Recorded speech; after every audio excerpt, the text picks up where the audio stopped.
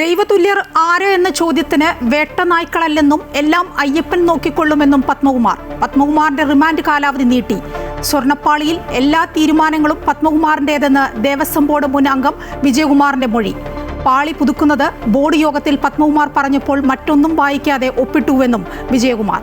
ഡി.മണിയെയും ബാലമുരുകനെയും SIT ചോദ്യം ചെയ്യുന്നു. അന്വേഷണ സംഘത്തിൽ 2 ഉദ്യോഗസ്ഥർ കൂടി.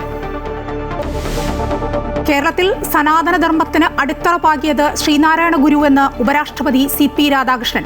ഗുരുവിനെയും ശങ്കരാചാര്യരെയും പോലുള്ള മഹാത്മാർ കേരളത്തിന്റെ സംഭാവനകളെന്നും ഇന്ത്യ ഒരുമിച്ച് നിൽക്കുന്നതിന് കാരണം ഇവരെന്നും ഉപരാഷ്ട്രപതി. 93ാമത് ശിവഗിരി തീർത്ഥാടനത്തിന് തുടക്കമായി. ന്യൂനപക്ഷങ്ങൾ ഇടതുപക്ഷത്തിനൊപ്പം ചേർന്നു നിൽക്കണമെന്ന് മുഖ്യമന്ത്രി പിണറായി വിജയൻ. ചെങ്ങന്നൂർ വിശാൽ വധക്കേസിൽ മുഴുവൻ പ്രതികളെയും വെറുതെ വിട്ടു. ക്യാമ്പസ് ഫ്രണ്ട് പ്രവർത്തകരായ 19 പ്രതികളെയും വെറുതെ വിട്ടത് മാവേലിക്കര അഡീഷണൽ സെഷൻസ് കോടതി. വിധി വന്നത് കൊല നടന്ന് 13 വർഷത്തിന് ശേഷം.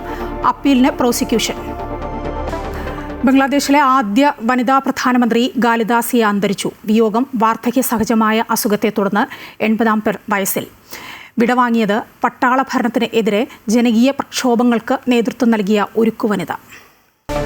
ഇന്ത്യ ശ്രീലങ്ക 5ാം വനിതാ T20 ഇന്ന്. പരമ്പരയിലെ അവസാന മത്സരം വൈകിട്ട് 7 മുതൽ ഗ്രീൻഫീൽഡ് സ്റ്റേഡിയത്തിൽ. ആദ്യ 2 കളികളും ജയിച്ച ഇന്ത്യ ഇറങ്ങുന്നത് പരമ്പര തൂത്തുവാരാൻ.